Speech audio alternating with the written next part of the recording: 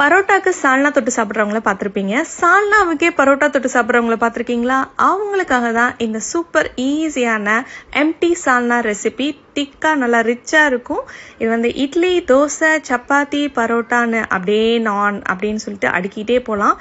இப்போ இந்த ரெசிபிக்குள்ளே போயிடலாம். அரை மூடி அளவுக்கு தேங்காய், இஞ்சி, பூண்டு, அதுக்கப்புறம் ஊற வச்சிருக்கிற முந்திரி, கசகசா இது எல்லாத்தையும் நம்ம மிக்சி ஜாரில் போட்டுக்கலாம். இது கூட 1 டீஸ்பூன் அளவுக்கு ஜீரகம், 1 டீஸ்பூன் அளவுக்கு சோம்பு, ஒரு அரை டீஸ்பூன் அளவுக்கு மிளகு இதையும் போட்டு ஒரு சின்ன பீஸ் பட்டை போட்டு அது கூட வந்து கிராம்பு வந்து 2-3 போட்டுக்கலாம். இது கூட வந்து கடலை ஒரு டேபிள் ஸ்பூன் அளவுக்கு போட்டு கடலை இதெல்லாம் அரைச்சிட்டு வந்துடலாம்.